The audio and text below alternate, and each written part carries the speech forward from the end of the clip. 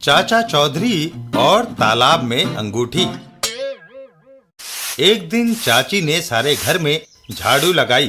अर्र भगवान, हम जहाँ भी बैठते हैं तुम वही धूल उड़ाना शुरू कर देती हो।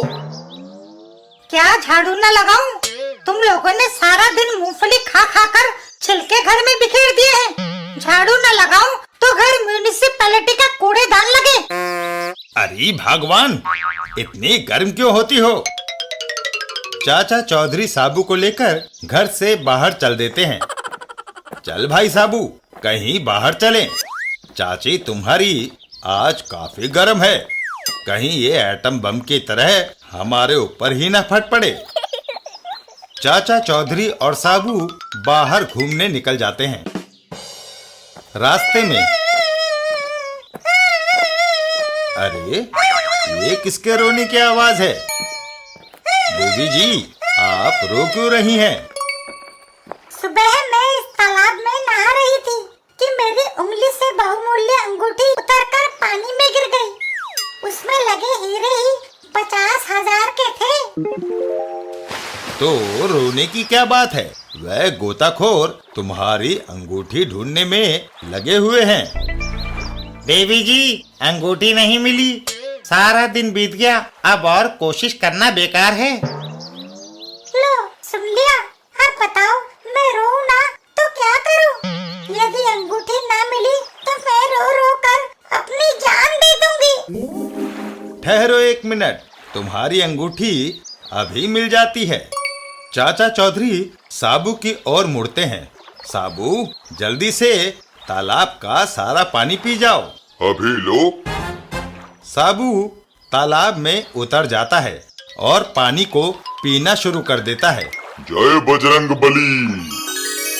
और साबू ने इतना पानी पिया कि तालाब ही सूख गया। वाह, कितना मीठा पानी था। तभी वो औरत दौड़ती हुई आई। हाँ, वो रही मेरी अंगूठी। चाचा चौधरी, धन्यवाद चाचा जी।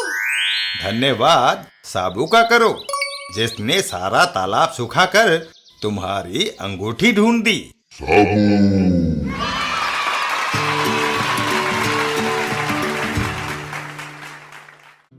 पिंकी और योगाभ्यास। बचाओ।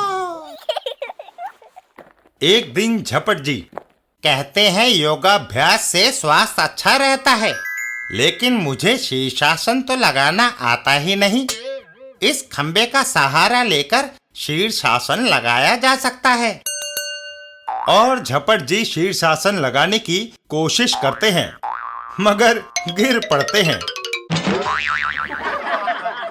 तभी वहाँ पिंकी आती है। झपट जी, उदास क्यों बैठे हो?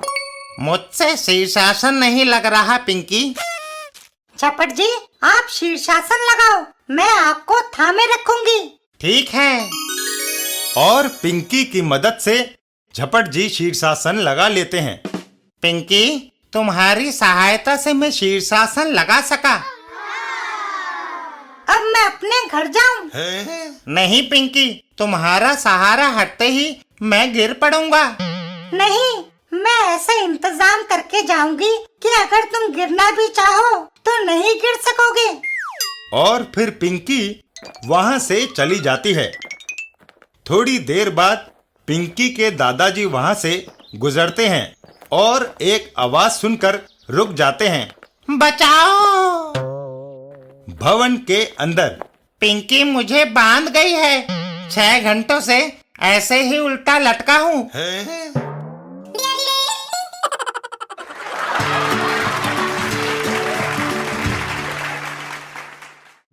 बिल्लू और फिल्म शो।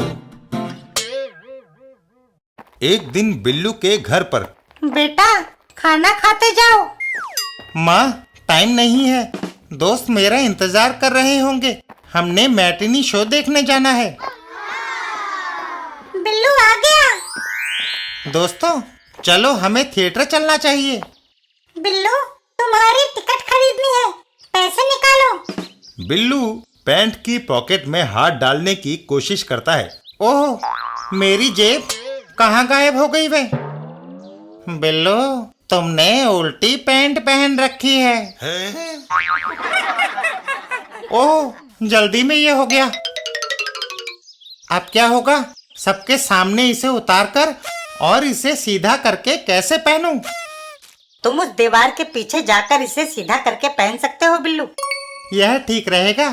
बिल्लू दीवार के पीछे जाता है और जैसे ही पैंट चेंज करने लगता है कि तभी ओह, बिल्लू क्या हुआ? मैंने जो ही पैंट उतारी वो कुत्ता उसे लेकर भाग गया। अब मैं बाहर कैसे आऊं?